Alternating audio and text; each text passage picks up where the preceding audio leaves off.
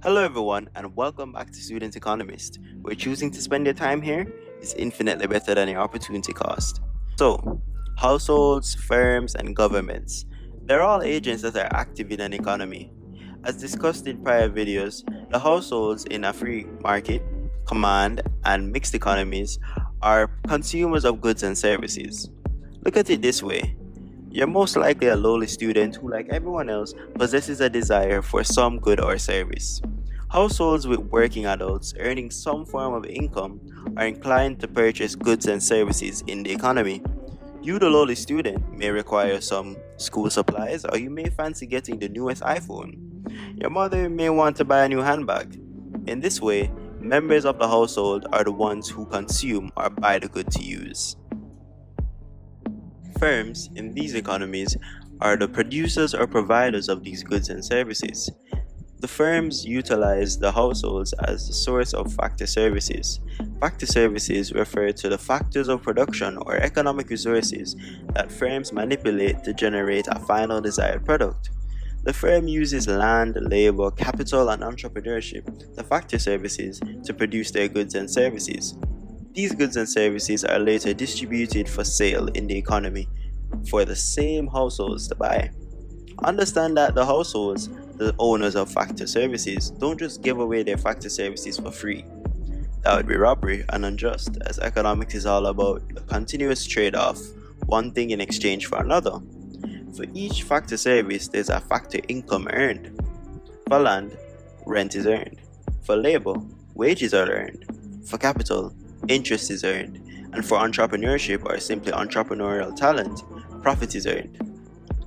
These factor incomes are used to buy these firm produced goods and services. But remember, the consumers are the members of the households, the individuals who can choose how to use their factor incomes to purchase specified goods and services, therefore making their own economic decisions.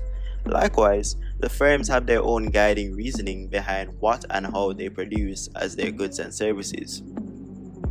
There are many influences affecting the economic decisions of both households and firms, but in regards to the CSEC examinations, I'll provide you with four of the main influences for each agent.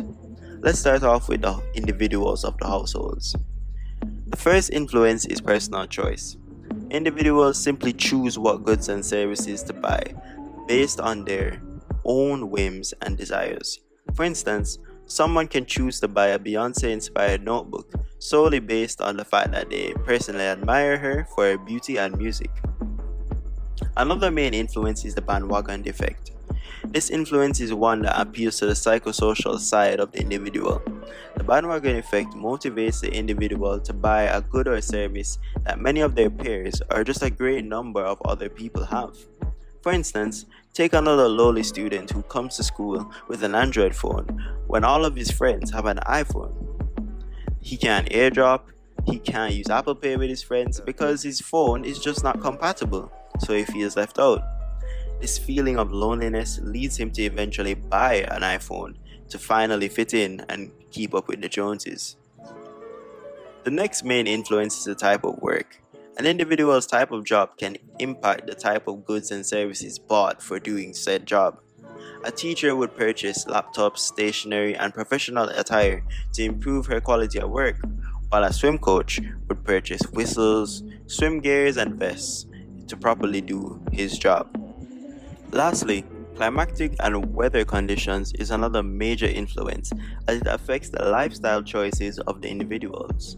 For instance, a family living in the hot year-round Caribbean like my family would purchase powerful air conditioning units and buy cooler, thinner clothing. For the firms, a main influence is the cost of production. As the cost or quantity of factor incomes paid out to households increases, firms generally lower output to curb the increase, ceteris paribus. The inverse is true, as lower cost of production means that the goods being produced by the firm are cheaper to manufacture, which leads to greater levels of output. Another main influence is resource base. If, for example, an aluminum making firm mines a new plot of land and finds that a new surplus of bauxite, the firm will have a greater supply of its raw material, bauxite. This incentivizes the firm to produce even more aluminum. A depletion of bauxite resources would cause a decrease in aluminum output. Changing demand is another main influence for firms. For firms, the demand for individuals for its goods and services plays a pivotal role in dictating how much a firm produces. If a firm's demand for their mass increase, the firms would be incentivized by the prospect of higher profits. Therefore, they increase their output if their factors of production allow so. Now, if the demand had decreased, this is an indication that the firm's good is not yielding high enough profits to cover their cost of production. Therefore, they cut back on the output of their mass. Industrial relations also influence firms, as labor provided by the households is oftentimes a pivotal factor service to production.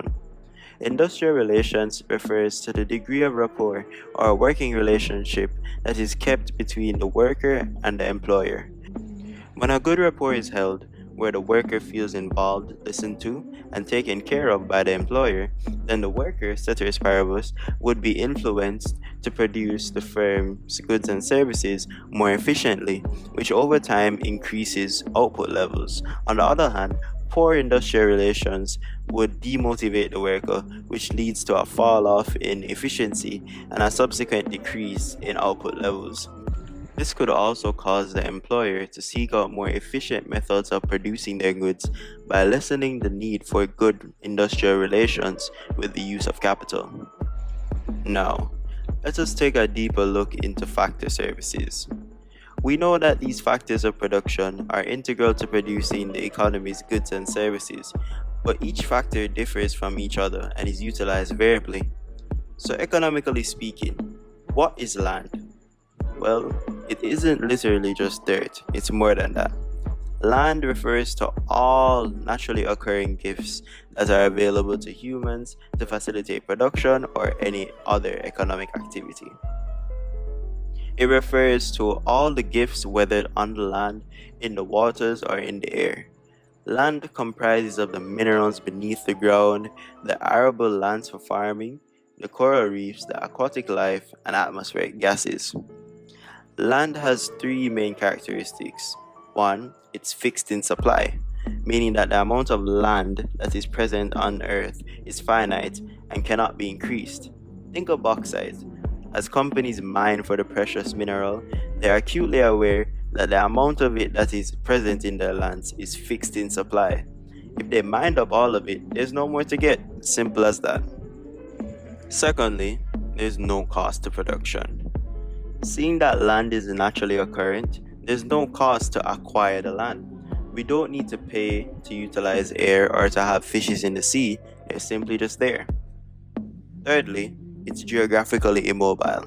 This simply means that the characteristics of the physical land cannot be moved from one place to another. For instance, you can't actually move Jamaica's tropical climate, which is perfect for farming citrus crops, to say Canada. Now, labor. Labor is a factor service that we see play out right before our eyes every day. We experience it when the handyman assembles our furniture, when the barber gives us a clean cut, and when teachers try painstakingly to teach a lesson to a rowdy class. Yes, labor is a culmination of all these experiences. For your exam though, labor refers to the mental and physical efforts of man in the production process. This factor of production is seen as the human factor in the production process. Labor is seen as one, heterogeneous or unique. This is so as all laborers, especially skilled ones, possess varying talents that cannot be replicated. 2. It is more geographically and occupationally mobile than land. Note that occupationally mobile refers to the ease of a factor service to change from being utilized for one use to another. So, the strength of a manpower laborer used to crush rocks using a hammer can also be used to crush sugarcane. Thirdly, only the worker is able to sell their labor services. Labor can only be utilized if the worker is of age and is willing and able to provide his labor. Labor can also be regimented using both division of labor and specialization. Think of a restaurant. You walk in as hungry as ever, so you want your meal as quickly as possible. But you know you'll get your food quickly because the restaurant is using division of labor and specialization to conduct their economic activity. The cashier handles the financial aspect of the transaction, taking your money in exchange for your order of curried goat and rice and peas. Your order reaches the kitchen where there's numerous chefs and assistants at work. They're tasked with making your meal, so one chef is assigned to making the rice and peas, with an assistant opening the peas cans. Another chef is busy cooking the curry goat, as he simply takes the seasoned meat from an assistant who has seasoned it, while another assistant is curing the meat. When your rice and peas and curry goat are ready, the assistant quickly packaging up the meal and sending it off to the waiter who serves you your meal. All done after a few minutes. This division of labor in the kitchen and specialization of the chef all helped in creating a quickly served and exquisitely made meal. Now, let's look at it. Division of labor refers to the breakdown of a production process to be done through a group of tasks facilitated by various laborers. This is what happened in the kitchen, where the meal was created by using a number of laborers all assigned varying tasks. Specialization now occurs when a laborer is highly proficient in a single specified aspect or area of the production process. That is what the chefs are experiencing, as they are the laborers who are entrusted with the specified task of cooking rice and peas or cooking curry goat. Alrighty, moving on to capital. Capital refers to the goods such as machineries that are used to produce other goods. Note well that investment is spending on new capital. Economically speaking, capital is not money. It is more so the man-made goods that are produced to produce other goods. For example, a carver's knife is seen as his capital as it is used to produce other wooden goods. Capital units are often homogeneous, can be imported, and it is variably mobile depending on its size and occupation. It is also worth knowing that there are four types of capital: working, fixed, social, and human capital. Working capital refers to all the relevant raw and intermediate goods used in the production process. Fixed capital refers to the equipment used in the production process, like factories and machineries. Fixed capital often stays constant in quantity for a specified range of output. Social capital, also known as infrastructure, refers to the amenities like hospitals, roads, schools that are built and provided by the government. Infrastructure are often put in place to increase the productivity of the workforce. Human capital refers to the abilities, skills, and knowledge of the people. Things such as education and healthcare are key to improving human capital, which will subsequently increase the efficiency of the production process. On we go to the final factor: entrepreneurship or entrepreneurial talent. This factor service is arguably the most important one, as a business does not truly exist without a founding entrepreneur. This entrepreneurial talent is pivotal to the production process, as it is the factor of production that amalgamates or combines all other factor services to ensure the smooth operation of a business. The entrepreneur manages the land, labor, and capital resources of the firm in an attempt to net a profit. Also, with entrepreneurship, there is an important risk-bearing component to being an entrepreneur.